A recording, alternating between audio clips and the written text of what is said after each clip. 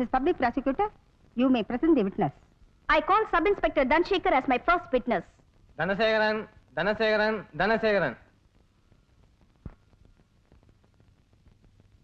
நான் சொல்வதெல்லாம் உண்மை. உண்மை தவிர வேற ஒன்றுமில்லை. உங்க பேர் என்ன? பி. தனசேகரன். நீங்க என்ன தொழில் பண்றீங்க? Sub inspector crimes.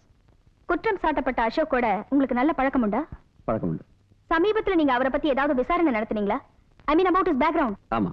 Vikram sir தான் இவரோட பூர்வீகத்தை பத்தி விசாரிச்சுட்டு சொன்னார். நீங்க எங்க போய் விசாரிச்சீங்க? மதுரையில. அவர் பிறந்து வளர்ந்த இடத்துல. அது எப்படிப்பட்ட இடம்னு கோர்ட்டுக்கு சொல்ல முடியுமா? அது ஒரு விபச்சாரிகள் அதிகம் உள்ள இடம். Red light area. அவங்க குடும்பம் எப்படிப்பட்டது? குடும்பம்னு ஒண்ணு இல்ல, அம்மா மட்டும்தான். அவங்க கூட விபச்சாரம் பண்ணவங்க தான். அவங்க இப்ப இருக்காங்களா? இல்ல, இவருக்கு 7 வயசு இருக்கும்போது இறந்துட்டாங்க. அவங்க எப்படி இறந்தாங்கன்னு சொல்ல முடியுமா? வயித்துல கத்தியால குத்தி இறந்திருக்காங்க. ஆனா தடயம் எதுவும் இல்ல, சாட்சிகள் யாரும் இல்ல. பையனும் ரொம்ப சின்ன பையன், அதனால வேற வழி இல்லாம கேஸ க்ளோஸ் பண்ணிட்டாங்க. இப்ப நீங்க விசாரிச்சதுல ஏதாவது தடயம் கிடைச்சதா? அப்ப இருந்தவங்கள பல பேர் இப்ப இல்ல. ஆனா இவரோட கூட பழகிட்டு இருந்த 2 பேரை பார்த்தேன். இவருக்கு நினைவு தெரிஞ்சல இருந்து அம்மாவோட பழக்க வழக்கங்கள் இவருக்கு அறவே பிடிக்காதான். வீட்டுக்கு தினசரி யாரோ வர்றதும் போறதும் அசிங்கமா பேசுறதும். சின்ன வயசுல இவர் அடிக்கடி உங்க அம்மா கூட சண்டை போடுவாருன்னு சொல்றீங்க? அடிக்கடி போடுவாராம். சில சமயம் ஆத்திரத்துல கையில கிடைச்சதை எடுத்து அடிப்பாராம். சம்பவத்தன்னைக்கு அப்படி ஏதாவது நடந்ததா சொன்னாங்களா? சம்பவத்துக்கு அப்புறம் 1 வாரம் அசோக் யாரோடும் பேசலையா, சரியா சாப்பிடலையா. அதுக்கு 2-3 மாசத்துக்கு அப்புறம் ரவிங்கிற பையன் கிட்ட எங்க அம்மா செத்ததுக்கு காரணம் நான் தான் சொன்னாராம். இதெல்லாம் ஏன் முன்னாடியே அவங்க போலீஸ் கிட்ட சொல்லல? சின்ன பசங்க, பயம். That's all, Your Honor. Mister Dhanasekaran, என் கட்சிக்காரரோட அம்மா விபச்சாரம் தான் பண்ணாங்கன்னு சொல்றதுக்கு ஏதாவது ஆதாரம் இருக்கா உங்கள்ட்ட? போலீஸ் கேஸ் ஏதாவது? கேஸ் எதுவும் இருக்கிறதா தெரியல. பின்ன எதை வச்சு சொல்றாரு? அக்கம் பக்கத்துல இருக்கிறவங்க சொன்னதை வச்சுதான். இந்த பாருங்க, அவன் ஒரு நல்ல குடும்ப பொண்ணுன்னு நான் சொல்றேன். அதை மறுக்க உங்ககிட்ட ஆதாரம் இருக்கும்? இல்ல. சரி, அவன் அம்மா செத்தப்போ அசோக் எவ்வளவு வயசுன்னு சொன்ன? 7 வயசு. நீங்க 7 வயசுல எப்படி இருந்த ஞாபகம் இருக்கா? கொஞ்சம் ஞாபகம் இருக்கு. பால் குடி கூட மறந்துருக்க மாட்டேன். நன்னா யோசிச்சு பாருங்க. நீங்க சொல்றபடியே அவங்க அம்மா இருந்தாலும் ஒரு 7 வயசு சின்ன பையனுக்கு இதெல்லாம் புரியும் நினைக்கிறேன்.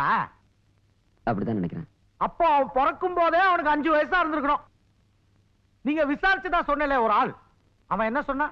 அவங்க அம்மா செத்ததுக்கு அப்புறம் அவன் 1 வாரம் யாரோடயும் சரியா பேசல, சாப்பிடல, அப்படித்தானே? ஆமா. நான் யோசிச்சு பாருங்க. உங்க அம்மா செத்தா நீங்க எப்படி இருப்பாள்? சினிமா டிராமான்னு சுத்தினா இருப்பாள். அசோக் அந்த ஆள்கிட்ட வேற என்ன சொன்னதா சொன்ன? எங்க அம்மா செத்ததுக்கு காரணம் நான் தான் சொன்னார். கரெக்ட் தானே? என்ன அப்படி பாக்குறாள்? 7 வயசு ஆம்பளை பையன், அவனுக்கு எல்லாமே அவன் அம்மா தான். யாரும் அவங்க அம்மாவை கொன்னுட்டா. தன்னால காப்பாத்த முடியலையேன்னு அந்த சின்ன பையனுக்கு ஆதகம் இருக்காதோ? அதனாலதான் அப்படி சொல்லியிருக்கான். இத போய் தப்பா எடுத்துக்கலாமோ? சரியான ஆளு போங்க நீங்க. That's all your honour. Your honour, என்னுடைய அடுத்த சாட்சி டாக்டர் ஜீவரத்னம். இவர் மதுரை கவர்மெண்ட் ஹாஸ்பிட்டல்ல வேலை செஞ்சு ரிட்டையர் ஆனவர். 1987ல மதுரையில சில விபச்சாரிகள் வரிசையா கொலை செய்யப்பட்டாங்க. அந்த விஷயத்தை விசாரிக்க மெட்ராஸ் கிரைம் பிரான்ச்ல இருந்து 2 போலீஸ் ஆபீசர்ஸ் போனாங்க. அவங்க விசாரணை நடத்திட்டு இருக்கும் போதே ஜூலை 10ஆம் தேதி ஒரு ஆக்சிடென்ட்ல இறந்துட்டாங்க. ஆனா யுவர் ஆனர், அது ஆக்சிடென்ட் இல்ல, திட்டம் போட்டு செய்யப்பட்ட ஒரு கொலை.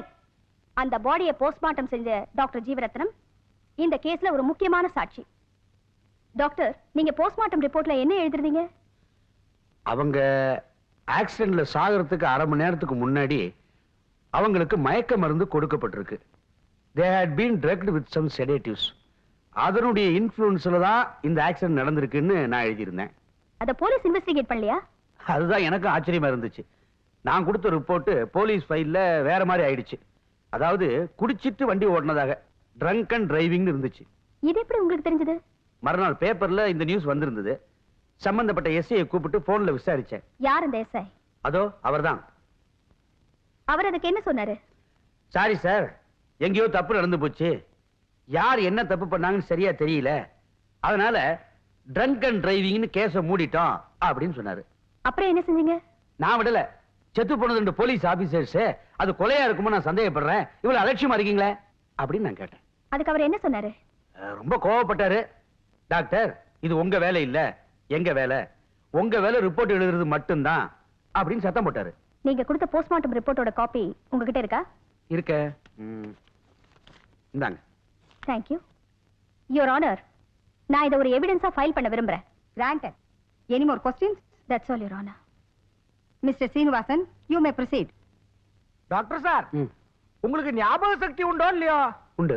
லேசா எதையும் மறந்துட மாட்டல? ம்ஹும். சரி, நீங்க போஸ்ட்மார்ட்டம் பண்ணது 1987ல ஜூலை 15ஆம் தேதி தானே? ஆமா. அதுதான் இல்ல. நீங்க போஸ்ட்மார்ட்டம் பண்ணது ஜூலை 11ஆம் தேதி. 5/4/1930. இந்த தேதி உங்களுக்கு ஞாபகம் இருக்கும்? Objection your honour. இந்த கேள்விக்கும் இந்த கேஸுக்கும் எந்த சம்பந்தமும் இல்ல. யுவர் ஆனர், இந்த சாட்சியோட வயசை கணக்குல எடுத்து பாக்குறப்போ இவரோட ஞாபக சக்தியை பத்தி தெரிஞ்சுக்கிறது ரொம்ப அவசியம் நான் நினைக்கிறேன். Objection over ruled. சொல்லுங்க டாக்டர். 5/4/1930 தேதி. ம், அது உங்க பிறந்த நாள். ஓய், ஆ? பிறந்ததையே மறந்துட்டேரா? 13/1/92. இந்த தேதியில நீங்க என்ன பண்ணிட்டு இருந்தாரு? யுவர் ஆனர், என் சாட்சி வயசானவர். சம்பந்தமில்லாத கேள்விகளை கேட்டு எதிர்த்தரப்பு வக்கீல் அவர் குழப்புறாரு. Objection overruled. But your honour. Mrs Priya, கொஞ்சம் உட்காருங்க. Would you kindly sit down? Doctor, 13/1/92 இந்த தேதி தெரியல. இன்னைக்கு தேதி ஓயுது. இவர் ஞாபக சக்தியை பத்தி பேசிட்டு இருக்கார். மிஸ்டர் சீனிவாசன், இது போதும். நீங்க என்ன சொல்ல வரீங்கன்னு எனக்கு புரிஞ்சு போச்சு. யுவர் ஆனர், இந்த சாட்சிக்கு தன்னோட பிறந்த தேதியும் ஞாபகம் இல்ல, இன்னைக்கு தேதியும் ஞாபகம் இல்ல. ஆனா 5 வருஷத்துக்கு முன்னாடி நடந்தது மாத்திரம் நல்லா ஞாபகம் வச்சுட்டு சொல்றாராம். நல்லா கூத்து போங்க. இவரு வேற எங்கேயோ சொல்ல வேண்டிய சாட்சியை இங்கே வந்து சொல்லிட்டு இருக்காருன்னு நினைக்கிறேன். அதனால இவர் சொல்றதை எதையும் ஏத்துக்க கூடாது. That's all your honour. நம்பர்லாம் நான் என்னைக்கு ஞாபகம் வச்சிருந்தேன். மத்த விஷயங்கள்லாம் கரெக்டா தானே சொன்னேன். மிஸ்டர் அசோக் உங்க கீழே தானே வேலை செஞ்சாரு? ஆமா. எந்த அடிப்படையில் அவர் மேல குற்றம் சுமத்துனீங்க? மிஸ்டர் அசோக் நவம்பர் 86ல இருந்து டிசம்பர் 87 வரைக்கும் மதுரையில எஸ்ஐயா இருந்திருக்கார். அப்போ மதுரையில 7 விபச்சாரிங்க கொலை செய்யப்பட்டிருக்காங்க. அவர் டிரான்ஸ்பர் ஆகி போன உடனே கொலைகள் நின்றுச்சு. அதே மாதிரி டிசம்பர் 88ல இருந்து ஜான்வரி 89 வரைக்கும் 4 கொலைகள் நடந்திருக்கு கோயம்புத்தூர்ல. அதுவும் அசோக் சப் இன்ஸ்பெக்டரா வேலை செஞ்ச அதே காலகட்டத்தில். இதே போல தான் மெட்ராஸ்லயும் இந்த கேஸ் எல்லாம் டீல் பண்ணுது மிஸ்டர் அசோக். சரியா விசாரிக்காம ரொம்ப சீக்கிரமா ஃபைல்ஸ் எல்லாம் க்ளோஸ் பண்ணிருக்காரு. எந்த கேஸ்லயும் யார் மேலேயும் சந்தேகப்படுற மாதிரி ரெக்கார்ட்ஸ் இல்ல. பாதி கேஸ்ல எஃப்ஐஆர் கூட தற்கொலைங்கிற மாதிரி தான் தயாரிக்கப்பட்டிருக்கு. எல்லா கொலையும் இவரே பண்ணிட்டு ரொம்ப சாமர்த்தியமா மூடி மறைச்சிட்டார். வேற என்ன தடயங்கள் இருக்கு?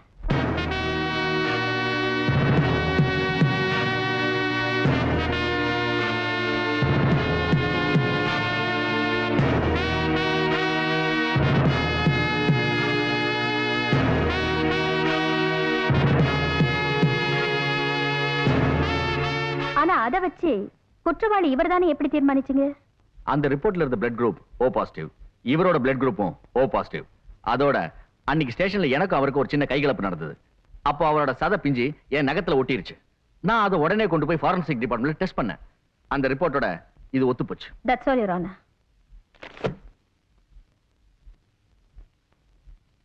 இன்ஸ்பெக்டர் சார், உங்க சர்வீஸ்ல எத்தனை கொலை கேஸ் டீல் பண்ணிருப்பாள்?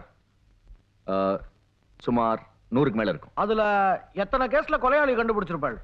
வந்து ஒரு 10 இருக்குமா? மேலே இருக்கும். என்ன அதிகம் போனா 20 இருக்கும். ஏன் சொல்ல வரேன்னா, ஒரு கொலை கேஸ்ல உண்மையான குற்றவாளியை கண்டுபிடிச்சு இவன் தானே எஸ்டாப்ளிஷ் பண்றது ரொம்ப கஷ்டமோ இல்லையா? கொஞ்சம் கஷ்டம் தான். பாருங்க, உங்கள மாதிரி ஒரு புத்திசாலிக்கே இது கஷ்டம்னா பாபா என்னோட கட்சிக்காரர் அவர் என்ன பண்ணுவார்? அதுவும் செத்ததெல்லாம் பிராஸ்டியூட்ஸ். பல பேர் வந்து போற இடம். மேலிடத்துல இருந்து எந்தவித பிரஷரும் இல்ல. அதனால இவர் சுலபமா ஒரு வழியை கண்டுபிடிச்சிருக்கார். சட்டப்புற்றி எல்லா கேஸையும் க்ளோஸ் பண்ணிட்டார். இதுக்காக நீங்க டிபார்ட்மெண்ட்ல இருந்து ஏதாவது ஆக்ஷன் எடுக்கலாமே தவிர இங்க கோர்ட்ல வந்து சொல்லலாமோ? யுவர் ஆனர், அவர் அங்க வேலை செஞ்ச அந்த குறிப்பிட்ட நேரத்துல தான் இந்த கொலையெல்லாம் நடந்திருக்கு. அதுக்கு முன்னாடியும் அந்த மாதிரி நடக்கல, அதுக்கு அப்புறமும் நடக்கல. அதனால அது அவர் செஞ்ச மாதிரி ஆயிடுமா? எவனோ ஒரு கிரிமினல் இவரை பிடிக்காதவன் இவருக்கு சவால் விடுற மாதிரி இவர் வேலை செய்யற ஏரியால தொடர்ந்து கொலை பண்ணிட்டு இருக்கான். அத போலீஸ் டிபார்ட்மெண்ட் சீரியஸா எடுத்துக்கிட்டு இந்த மாதிரி ஒரு புத்திசாலியான இன்ஸ்பெக்டர் அப்பாயிண்ட் பண்ணி கண்டுபிடிக்க வேண்டாமோ? அதை விட்டுட்டு ஒரு போலீஸ்கார மேலேயே பழி போட்டா எப்படி? நான் சொல்றேன், என் கட்சிக்காரருக்கும் இந்த கேஸுக்கும் எந்த வித சம்பந்தம் இல்ல. It is pure coincidence. அதை மறுக்க உங்கள்ட்ட ஆதாரம் இருக்க? சந்தர்ப்ப சாட்சியங்கள் இருக்கு. சாட்சியாவது வெங்காயமாவது? நீரே ஒரு சாட்சி, நீரே அப்படி தடுமாறு. சரி, அந்த ஃபாரன்சிக் எக்ஸ்பர்ட்டோட ரிப்போர்ட் அதை சொன்னல? ஆமா, அந்த ரிப்போர்ட்டை டைப் பண்ண கார்பன் காப்பி கிடைச்சது. அதுல அவர் கையெழுத்து சீல் இருக்கும். கொலையாளி ஒரிஜினல் ரிப்போர்ட் எடுத்துட்டு போயிட்டான். அவர் கையெழுத்து இல்லாத ரிப்போர்ட் எப்படி சார் செல்லுபடியாகும்? நீங்க ஒரு போலீஸ் ஆபீசர், இது உங்களுக்கு தெரியாதா?